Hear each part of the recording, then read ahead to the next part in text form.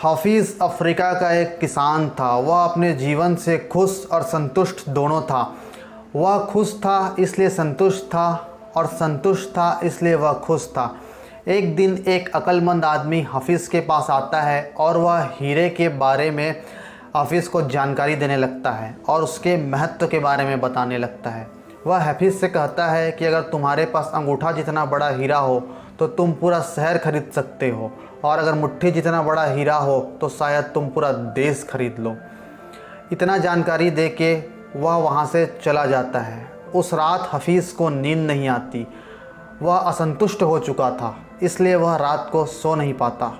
दूसरे दिन सुबह हाफिज़ ने खेत को बेचने और परिवार के देखभाल का इंतज़ाम किया और हीरों की खोज में निकल पड़ा। वह हीरा को पूरा अफ्रीका में ढूंढता रहा। उसके बाद यूरोप और फिर स्पेन पहुंचते पहुंचते वह शारीरिक और मानसिक रूप से पूरा थक चुका था और हताश हो गया था। अंत में वह बार्सिलोन नदी में कूद के खुदकुशी कर ली। इधर हाफिज़ का खेत खरीदने वाला व्यक्ति अपने ऊँटों को खेत की दूसरी तरफ बह रहे नाले में पानी पिला रहा था, तो नाले की दूसरी तरफ पत्थर जो पड़ी थी उसमें सूर्य की रोशनी पड़ी तो वह इंद्रधनुष की भांति चमकने लगा। तो वह आदमी ने सोचा कि यह पत्थर इंद्रधनुष की भांति चमक रहा है तो यह मेरे बैठक में बहुत सुंदर लगेगा। यह सोचकर उसने उस पत्थर को उठाकर अपने बैठक में सजा दिया।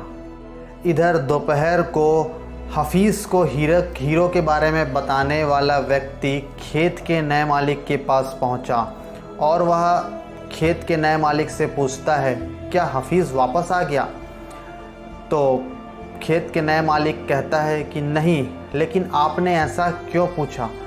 वह पत्थर को देखते हुए कहता है कि यह हीरा है, मेरी नज़र धोखा नहीं खा सकती। फिर नए मालिक ने कहा, नहीं, यह तो हीरा नहीं है, यह तो महज एक पत्थर है। आइए मैं आपको दिखाता हूँ, नदी में ऐसे बहुत सारे पत्थर पड़े हुए हैं।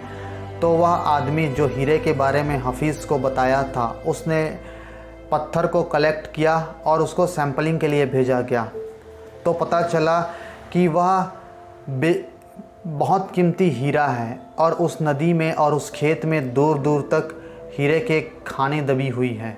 इस कहानी से हमें 6 सीख मिलती है। पहला, हमारा नज़रिया सही और सकारात्मक है तो हमें महसूस होता है कि हम हीरों से भरी हुई ज़मीन में चल रहे हैं। दूसरी सीख, हमें दूसरों के खेतों की घास हमेशा हरी लगती है। तीसरी सीख, हम दूसरों के चीज़ को देख के ललचाते हैं और दूसरे हमारी चीज़ को देख के ललचाते हैं। हमको लगता है कि जगह की अदली बदली में हमको खुशी मिलेगी। चौथी चीज़, जिन्हें मौके की पहचान नहीं होती उन्हें मौके का खटखटाना शोर लगता है। पांचवी सीख, जब मौका आता है तो लोग उसका अहमियत नहीं समझते और फिर उसके पीछे भागते हैं। छठवीं और आखिरी सीख, कोई भी मौका दोबारा आपका दरवाज़ा नहीं खटखटाता। ऐसे ही मोटिवेशन कहानी के लिए चैनल को सब्सक्राइब करें और बेल आइकन को प्रेस करें। Thank you.